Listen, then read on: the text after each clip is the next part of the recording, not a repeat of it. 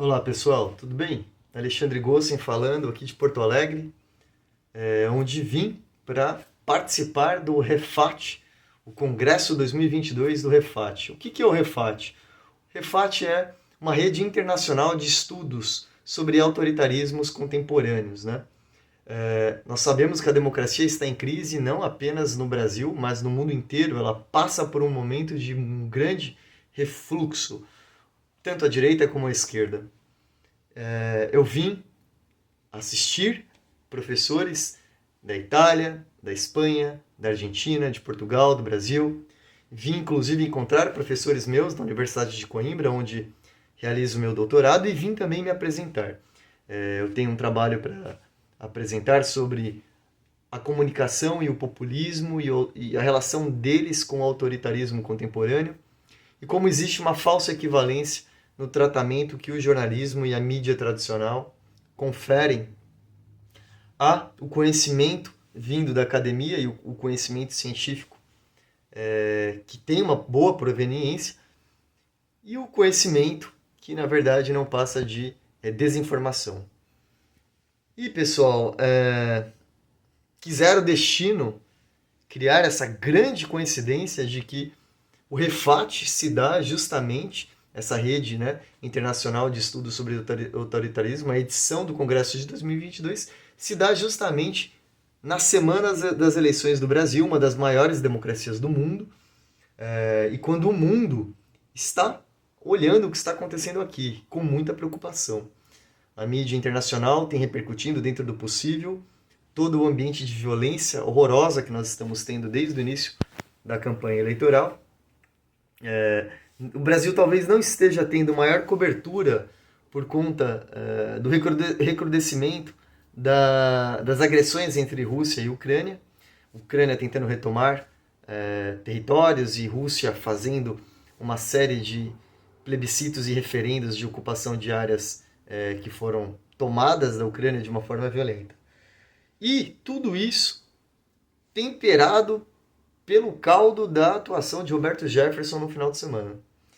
Roberto Jefferson, que fez ataques simplesmente inomináveis e que eu nem vou repetir aqui, a ministra Carmen Lúcia, que merece toda a solidariedade do povo brasileiro, especialmente das mulheres, e depois levou esses ataques aí para as últimas consequências, né? Disparando tiros de fuzis contra a Polícia Federal que foi cumprir o mandado de prisão e jogando até uma granada, o que provocou estilhaços e que acabou ferindo uma agente da Polícia Federal que realizava essa diligência. Então nós temos muito a refletir e muito a tratar no Refat nessa semana aqui em Porto Alegre. O que eu, no primeiro momento, enxergo é que Roberto Jefferson é o braço armado do bolsonarismo. Ele não agiria da forma como agiu sem ter algo afiançado com o Bolsonaro. Mas Bolsonaro é um operador político intuitivo. E as coisas não saíram exatamente como o Bolsonaro imaginou. Certamente ele estava plantando um evento como o do Capitólio nos Estados Unidos, ou como muitos cientistas políticos chamam, o terceiro turno, e ficou monitorando ali como um sismógrafo, né, social a repercussão das redes do evento extremamente violento do Roberto Jefferson. E tudo leva a crer, segundo aí os Trend Topics e as medições dos analistas das redes sociais, é que as menções a Bolsonaro foram muito ruins.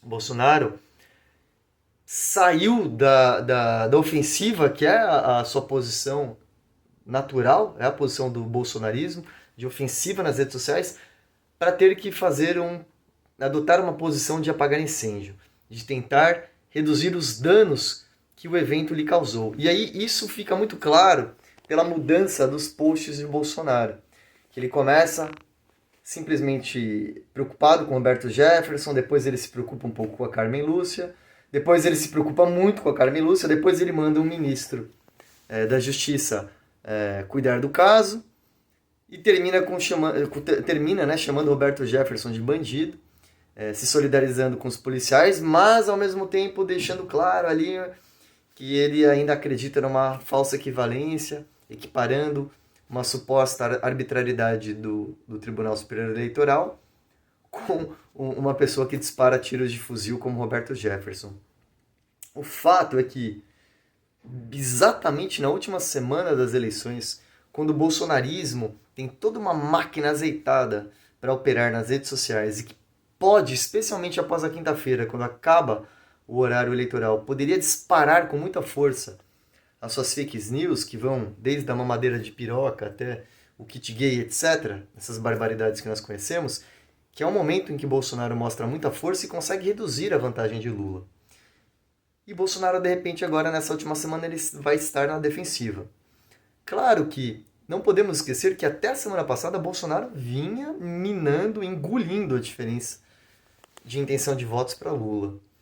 Mas, justamente na última semana, onde eles estão virtualmente empatados, Bolsonaro vai ter que lidar com essa situação que lhe é negativa neste momento.